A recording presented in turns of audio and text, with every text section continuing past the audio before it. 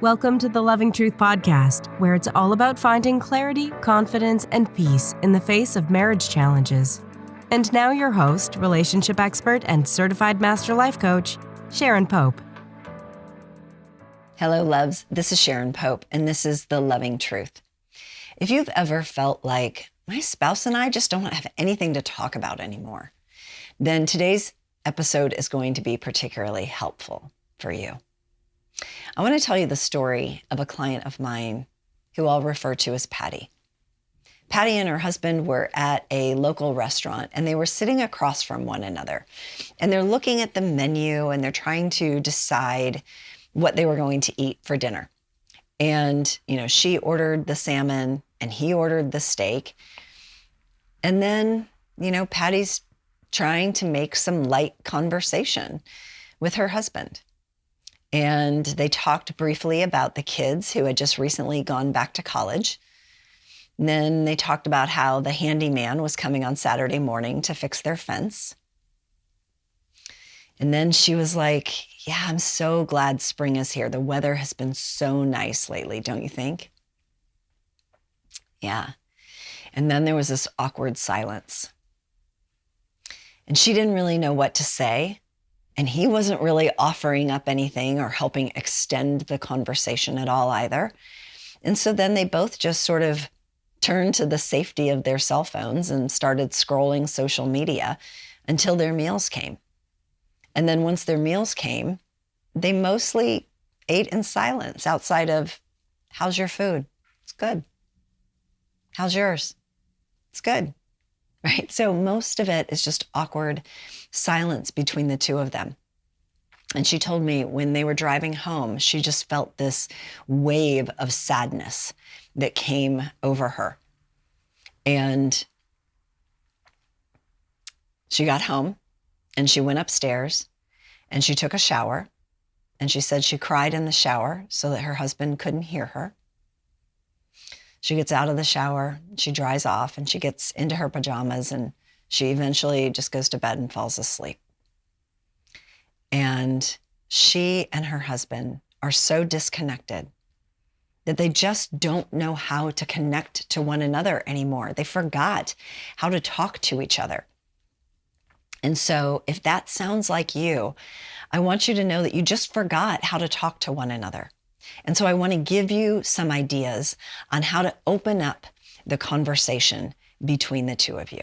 So to open up the conversation, you've got to be able to ask open-ended questions and not just yes or no questions. And I want you to be able to ask a little bit deeper questions without going into a place that might feel too scary for you, right? Because we're trying to keep this as light dinner conversation, but talk about something real. And not just about like the handyman coming on Saturday morning to fix the fence or how's the weather, right? So here are some questions that you can ask.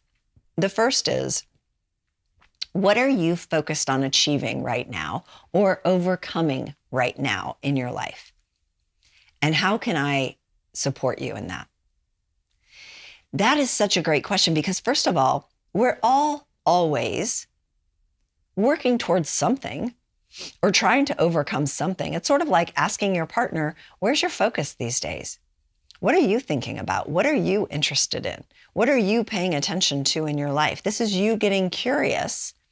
And then the other part is, how can I support you in that? So that's a great question to be able to ask.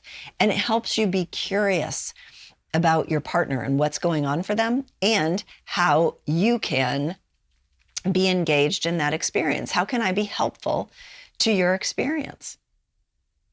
Another question is, where do you feel like you're winning right now in your life?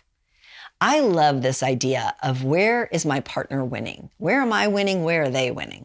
Because my friends, when two people are winning in their lives, they bring a different kind of self to the relationship. And so you want your partner to feel like that they're winning. And you want to be able to celebrate them as they're winning. And so you want to be, if they're running a race, you want to be the first one yelling their name at the end of that finish line. And you want to know where they're winning right now. And by the way, them being able to repeat back to you where they're winning sort of cements that experience for them, and it helps them to feel good. And you want them feeling good. Another question to ask might be, when have you felt most loved and supported by me? Like, what were we doing? What were the circumstances? What was the situation? What was I doing? What was I saying? How did that make you feel? Any of that. But really, it's just, when did you feel most loved and supported by me? Because sometimes when we think we're offering love and support, that's not what's received by our partners. But then other times we think we're just doing some little thing and they feel really loved and supported by that. Like, for example, yesterday I made my grandmother's spaghetti sauce, and then also made homemade turkey meatballs. I know my husband well enough now that I know that's how he feels loved and supported. He was able to go out fishing all day, and I was able to cook because I love to cook and I don't get to do it that often. And so he felt loved and supported by that. But I will tell you, there are many times that he's felt loved and supported by something that I did that I thought was just this random nothing thing. So don't assume that you know.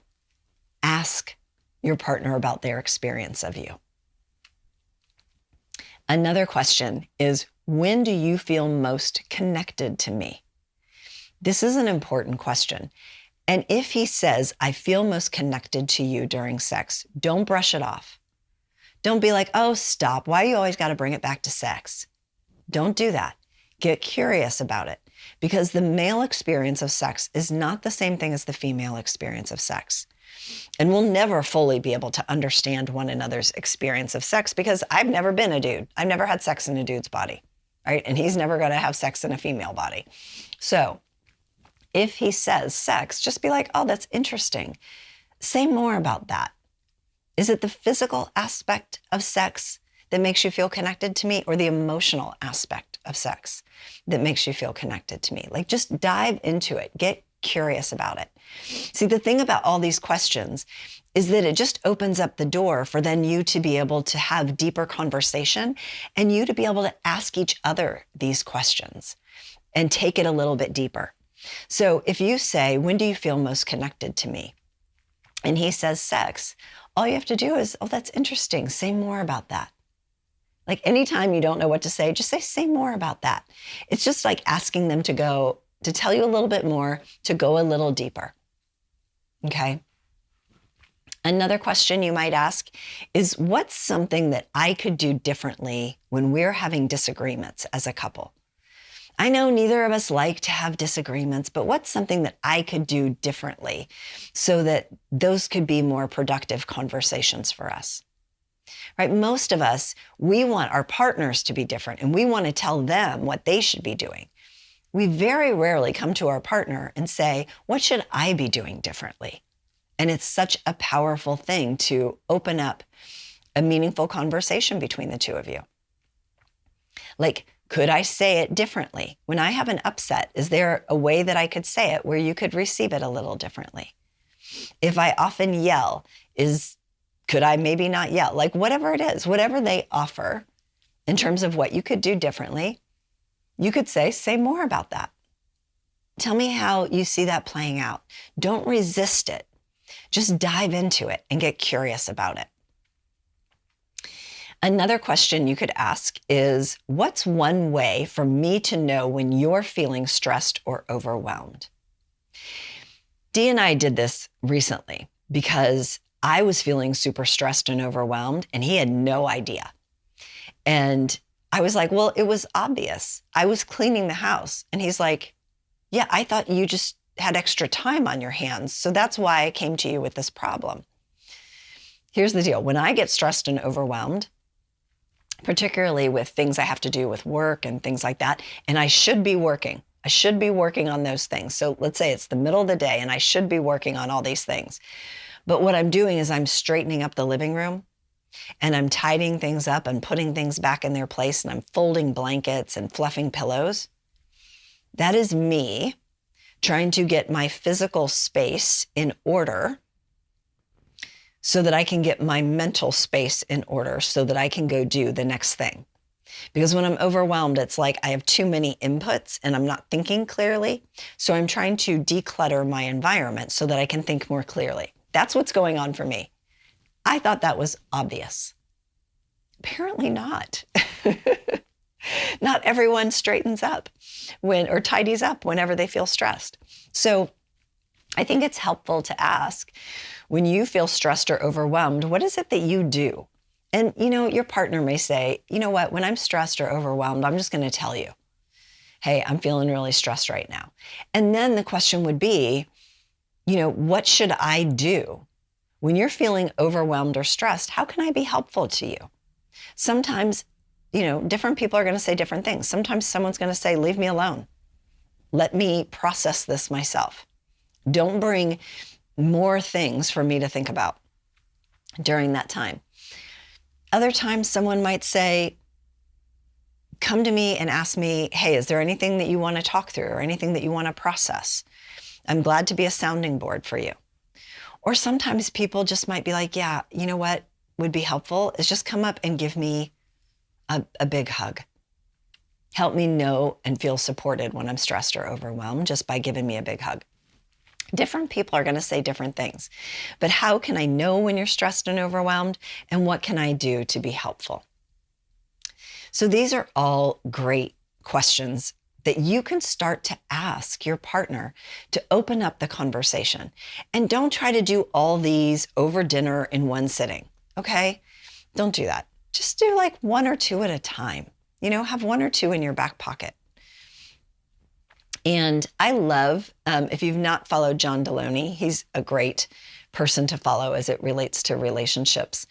And he asks his wife every single day, how can I love you today?